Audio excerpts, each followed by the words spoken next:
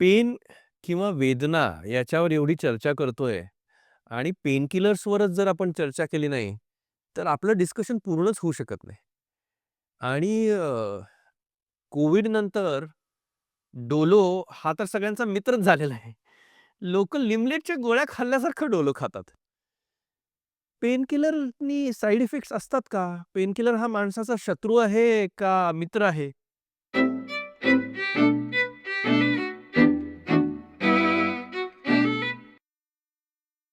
योग्य गोष्ट, योग्य वेळी, योग्य प्रमाणात, योग्य कारणासाठी जर घेतली, तर ती गोष्ट योग्य आहे. आणि यातली कुठलीही जर एक गोष्ट मिसिंग असेल या लिंकमध्ये, तर ती अयोग्य आहे. परत एकदा रिपीट करा सर. योग्य योग्य गोष्ट, गोष्ट, योग्य वेळी, योग्य वेळी, योग्य कारणासाठी, योग्य कारणासाठी, योग्य प्रमाणात योग्य प्रमाणात. जर घेतली, योग्य माणसाने घेतली, तर ती गोष्ट योग्य आहे. वाह! मला त्या किंवा आयुष्यातल्या सगळ्याच गोष्टींसाठी ॲप्लिकेबल आहे. त्यासाठी ॲप्लिकेबल आहे. योग्य म्हणजे काय? इथे प्रत्येक गोष्टीला एक बाउंडरी असते. प्रत्येक पेनकिलरचं जर आपण चर्चा केली, तर त्याला काही बाउंडरीज असतात. Within that boundaries it is good. Beyond that boundaries it's not good. हे तुमच्या म्हणजे मला असं वाटतं, की मला जेवढं जमेल तेवढं सोप्या आणि साध्या शब्दात. नाही, पण म्हणून मला प्रेक्षकांना इथं हा प्रश्न विचारायचा आहे. तुमची सगळ्यात फेव्हरेट पेन किलर कुठली आहे ते मला इथे कमेंटमध्ये सांगा. कारण मला काही पेन किलर्सची नावं अशी इतकी राइट, लेफ्ट, सेंटर पेशंट्सकडून येतात किंवा डॉक्टरांकडूनही लिहिली जातात आणि मला ही नावं घ्यायची नाहीयेत, कारण मला कुठल्याही पेन किलरचं प्रमोशन करायचं नाहीये. पण मला असं वाटतं, की anything in excess is harmful to life. Especially painkiller सारखी गोष्ट आपण सेल्फ मेडिकेट करणं मला अतिशय अयोग्य वाटतं. पेनकिलर हॅबिट फॉर्मिंग असू शकतात? ओके. सो काही पेनकिलर जे असतात, पेनकिलरमध्ये ना बरेच प्रकार्स आहेत. म्हणजे फॉर एक्झाम्पल बऱ्याच डिव्हिजन्स असतात पेनकिलरमध्ये. तर त्यातल्या काही पेनकिलर ज्या आहेत, त्या हॅबिट फॉर्मिंग असू शकतात. फॉर एक्झाम्पल ओपिओइड्स किंवा हे हायर पेनकिलर्स असतात, ज्याच्यामध्ये वेगवेगळी ड्रग्स येतात. आय थिंक ओपिओइड्स म्हणजे अफू. हां, म्हणजे त्या कॅटेगरीतले म्हणजे मॉर्फिन, त्यांच्यामध्ये गुंगी आणणाऱ्या किक देणाऱ्या गोष्टींचा अंश असतो. पण तो आपण चांगल्या प्रकारे वापरतो. चांगल्या प्रकारे वापरतो. सो त्या प्रकारच्या ज्या पेनकिलर्स असतात, त्या प्रकारच्या पेनकिलर्स ह्या हॅबिट फॉर्मिंग असतात. डिपेंडन्स होतो त्याच्यावर फिजिकल डिपेंडन्स होतो, सायकॉलॉजिकल डिपेंडन्स होऊ शकतो. सो येस, काही पेनकिलर्स ह्या हॅबिट फॉर्मिंग असू शकतात, निश्चित असू शकतात. आणि मला हा आपला एपिसोड बघणाऱ्या सगळ्या प्रेक्षकांना थोडंसं रिअलिस्टिक पिक्चर पण सांगायचंय. काय साइड इफेक्ट्स असतात पेनकिलरच्या अतिसेवनाचे? ओके. सो सी कुठल्या प्रकारची आणि कोणती पेनकिलर घेतो आहोत आपण, त्यानुसार त्याचे साइड इफेक्ट ठरले जातात. फॉर एक्झाम्पल आता आपण बोलूयात, की समजा एक कॉमनेस्ट ड्रग जे असतं ॲसिटामिनोफेन किंवा पॅरासिटामॉल, तत्सम कॅटेगरीतली जर एक्सेस घेतली गेली किंवा जॉन्डिस झालेल्या माणसाने तर ती घेतली गेली किंवा एक्सेस प्रमाणात घेतली गेली, तर त्याचा लिव्हरवर परिणाम होऊ शकतो. काही पेनकिलर असतात ज्या एनसेड्स नावाच्या कॅटेगरी मध्ये पडतात. Non steroidal anti inflammatory drugs. त्याच्यामध्ये बरेच ड्रग्स असतात. ब्रुफेन असेल किंवा अजून बऱ्याच कॅटेगरीचे औषधं असतात. त्या ह्याच्यामुळे गॅस्ट्रायटिस किंवा ॲसिडिटी, पोटातले अल्सर्स, किडनीवर होणारा परिणाम, पातळ काही औषधांचा परिणाम रक्तस्राव होणं. सो हे काही डेंजरस परिणाम आपल्याला होऊ शकतात. काही प्रकारची औषधं अशी असतात, की ज्यांच्यामुळे गुंगी येणं, कॉन्स्टिपेशन, आत्ताच तुम्ही म्हणाल्याप्रमाणे हॅबिट फॉर्मेशन, ह्या गोष्टी होऊ शकतात. सो पेनकिलरनी कॉन्स्टिपेशन पण होतं? काही प्रकारचे पेनकिलर्स असतात, त्याने कॉन्स्टिपेशन होऊ शकतात. आणि जर ह्या पेनकिलर्स ओव्हर द काउंटर घेतल्या गेल्या, फॉर एक्झाम्पल एखाद्याला आता तुमच्याकडेही कदाचित असे असतील, की प्रोबॅबली ॲब्डॉमिनल पेन आहे, सबॲक्यूट ऑब्स्ट्रक्शन आहे आणि त्यांनी जर अशी काही गोळी घेतली, की ज्याने कॉन्स्टिपेशन वाढतं, तर he will land up in the problem. Problems आणि कंप्लीट ऑब्स्ट्रक्शन्स होऊ शकतं. कारण इंटेस्टाइनल मोटिलिटीच कमी होऊ शकेल त्याने. सो पेनकिलरची येस बरीच साइड इफेक्ट्स असू शकतात. सो लिस्ट करायचं झालं तर जठरावर परिणाम होऊन ॲसिडिटी वाढणं, अल्सर्स होणं होऊ शकतं. लिव्हरवर परिणाम होऊ शकतो, किडनीवर परिणाम होऊ शकतो, रक्त गोठण्याच्या प्रक्रियेवर परिणाम होऊ शकतो, गॅस्ट्रोइंटेस्टिनल ट्रॅक्टच्या मोटिलिटीवर परिणाम होऊ शकतो. त्यामुळे मला इथे बाबांचं एक वाक्य नमूद करावंसं वाटतं. ते म्हणायचे, की "सगळीच औषधं ही शेवटी केमिकल्स असतात." सगळीच औषधं ही शेवटी केमिकल्स असतात. त्यामुळे त्याचा वापर हा तुम्ही म्हटलात तसं योग्य माणसानी योग्य प्रमाणात करणं अतिशय गरजेचं असतं. आणि मग त्यामुळे कुठल्याही पॅथीला दोष देण्यात अर्थ नाहीये. कधी-कधी ॲलोपॅथिक डॉक्टर म्हणून आपण आयुर्वेदिक पॅथीला दोष देतो, की त्यांनी हेवी मेटल पॉइझनिंग होतं. आय थिंक तिथेही कुठेतरी डोसचं गणित पेशंट्सचं चुकत असण्याची शक्यता नाकारता येत नाही आणि तिथेही बेनिफिट ऑफ डाउट मी नक्कीच त्याला देईन असं वाटतंय. सो ॲलोपॅथी असो किंवा कुठलीही ट्रीटमेंट असो किंवा कुठलीही औषध असो, ही सोल्युशन्स नाही आहेत.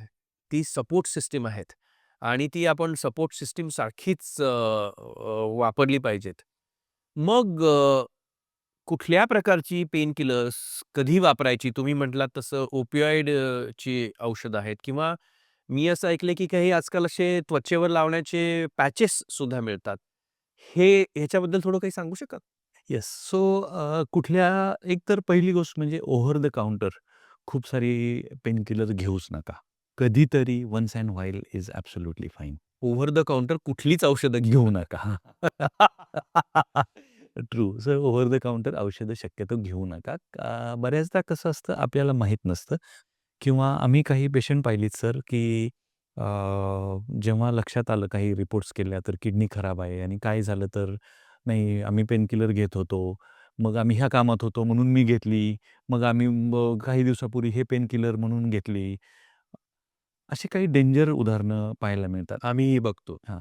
तर दुर्दैवानं अजून एक मी तुम्हाला ओव्हर द काउंटर पेनकिलरचं एक 2 उदाहरणं मी पर्सनल एक्सपिरियन्सेस सांगू इच्छितो, की दुखतंय, दुखतंय, दुखतंय, छातीत दुखतंय म्हणून पेनकिलर, छातीत दुखतंय म्हणून पेनकिलर. कारण पूर्वी कुठल्यातरी वेगळ्या कारणासाठी घेतलेली असायची, त्याने पेन कमी व्हायचं. आता छातीत दुखतंय म्हणून painkiller, painkiller continued for few months आणि नंतर असं लक्षात आलं, की that was secondary to the cancer breast. Oh!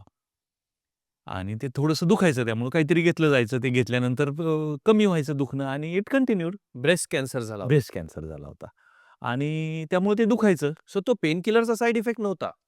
Breast cancer आधीच होता, पण तो शोधायच्या ऐवजी दुखतंय म्हणून गोळ्या घेतल्या. हां, तो ओव्हर द काउंटर जी पेन किलर घेतली गेली, पुन्हा-पुन्हा घेतली गेली, for long period of time घेतली गेली, त्याचा हा साइड इफेक्ट होता. सो की आजाराचं निदानच उशिरा झालं. निदानच उशिरा झालं. सो असं नाही करायला पाहिजे. आणि पेनकिलरमध्ये पण तुम्ही म्हणालात तसे ना बरेच प्रकार असतात. फॉर एक्झाम्पल काही पॅचेस मिळतात. नाही आणि दुसरी एक स्टोरी सांगणार होतात. सो दुखतंय, दुखतंय, दुखतंय, हातात दुखतंय, हातात दुखतंय, डाव्या हातात दुखतंय, डाव्या हातात दुखतंय.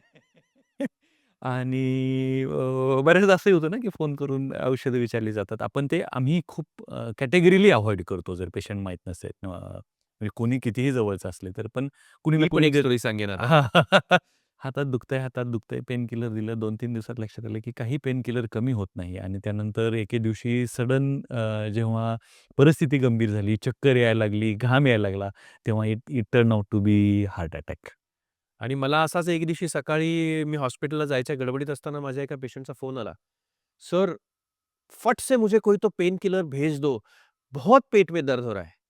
म्हटलं, "भाई मैं अगर बहुत पेट में दर्द हो रहा है, तो प्लीज़ हॉस्पिटल आ जा, मैं फट से कोई पेन किलर नहीं दूँगा." And he was arguing with me and I put my foot down आणि मी त्याला म्हटलं, मैं आपको नहीं देने वाला हूँ. प्लीज कम एंड शो मी." आणि त्याला आतड्याला होल पडलेलं होतं. You imagine I would have prescribed him a pain killer and what कुड हॅव हॅपन्ड. मी परमेश्वराचे आभार मानले, की त्या बेसावत क्षणी चुकून माझ्याकडून त्याला फोनवरूनच पेन किलर दिले गेले नाहीत.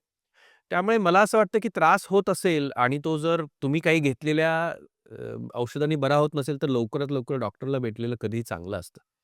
नुकसान नाही होणार एवढं तर नक्की सांगू शकतो. हो आणि कुठल्याही डॉक्टरांनी जर फोनवर सांगितलं, की मी औषध तुला सांगणार नाही, पेनकिलर तुला सांगणार नाही. तर राघव रागवू नका.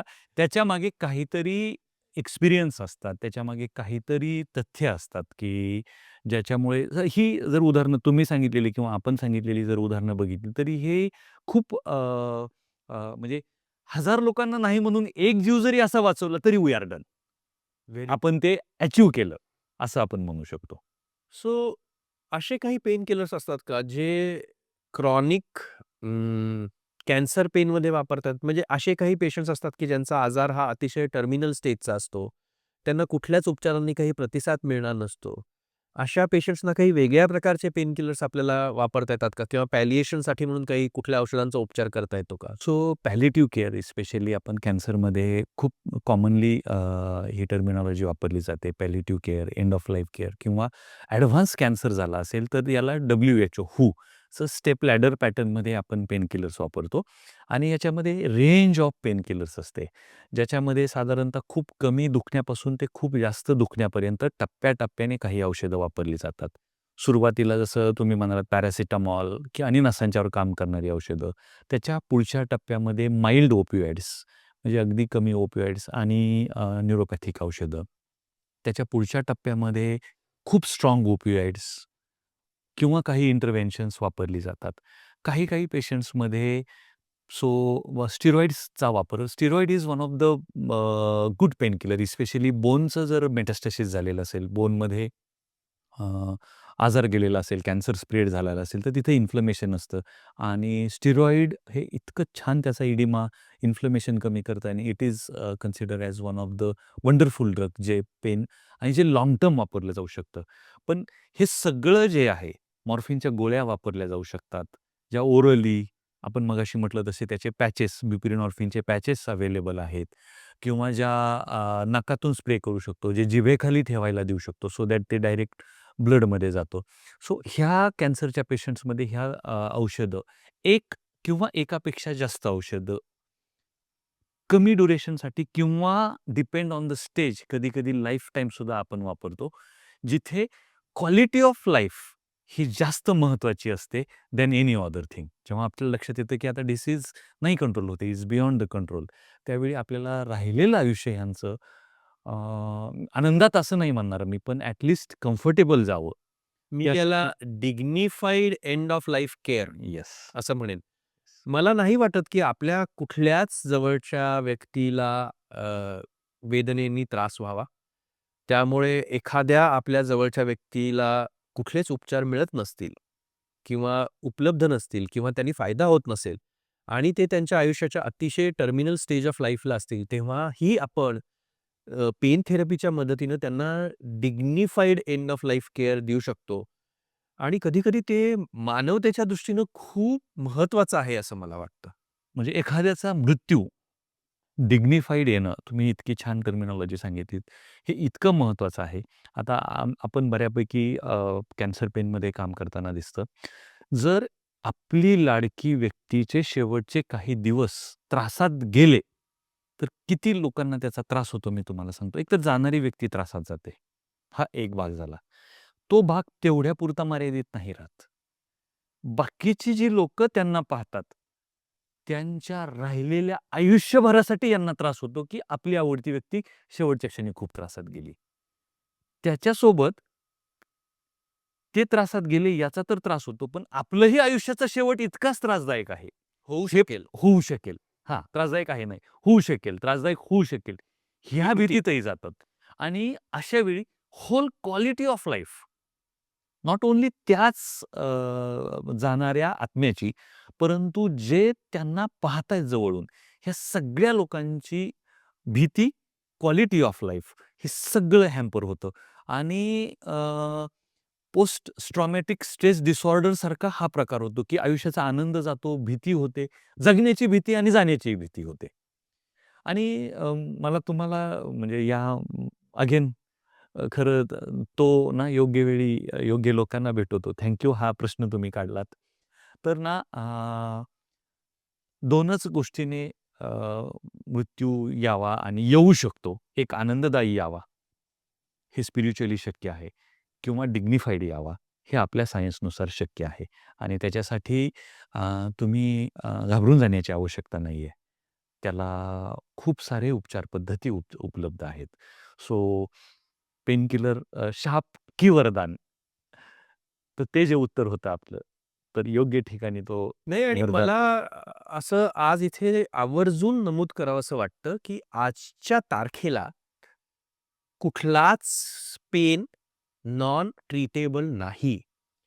मी इथे 2 किस्से नमूद करू इच्छितो. तुम्हालाही आठवत असेल माझी आत्या 86 वर्षाची होती. घरी पडली होती आणि तिला पेल्विक फ्रॅक्चर झालं होतं. त्याला कुठल्याच प्रकारचं ऑपरेशन करणं शक्य नव्हतं. पण ती प्रचंड वेदनेत होती. आपण तिला ॲम्ब्युलन्समधून सोलापूरवरून इथे पुण्याला शिफ्ट केलं आणि त्याच्यानंतर आपण तिला पेन थेरपीनी 1.5 महिना पेन फ्री ठेवलं आणि ती तिच्या शेवटच्या क्षणापर्यंत त्या गोष्टीसाठी मला इतके दुआ देत होती. मला स्वतःला जेव्हा फ्रॅक्चर झालं होतं आणि माझं फ्रॅक्चर हील होऊन सुद्धा मी प्रचंड वेदनेत होतो. तेव्हा मी तुमच्याकडे पेन थेरपी घेण्यासाठी येत होतो आणि तेव्हा आपली याच्यावर खूप चर्चा झाली होती, की इम्प्लांट्स काढले, तर आपला पेन रिलीफ होऊ शकेल. योग्य वेळेला पूर्ण फ्रॅक्चर भरून आल्यावर मी इम्प्लांट काढले आणि त्याच्यानंतर मी एक वेगळं जीवन जगू शकलो. तर मी छाती ठोकपणे सांगू शकतो, की कुठलीच व्यक्ती आज वेदनेसकट जगण्याची गरज नाही आणि प्रत्येक व्यक्तीच्या पेन रिलीफसाठी आपण नक्कीच प्रयत्न करू शकतो, अशी मला खात्री आहे. येस. या खात्रीवरच आपण हा एपिसोड इथं संपवूया. पण पुढच्या एपिसोडमध्ये पेन रिलीफसाठी नुसती औषधच नाही, तर खूप चांगल्या-चांगल्या नवीन थेरपीज अवेलेबल आहेत, ट्रीटमेंट अवेलेबल आहेत. त्याच्यावर चर्चा करूया आणि त्या ट्रीटमेंटनी किती वंडरफुल रिझल्ट्स आपल्याला देता येतील, हे आपल्या प्रेक्षकांना सांगूया.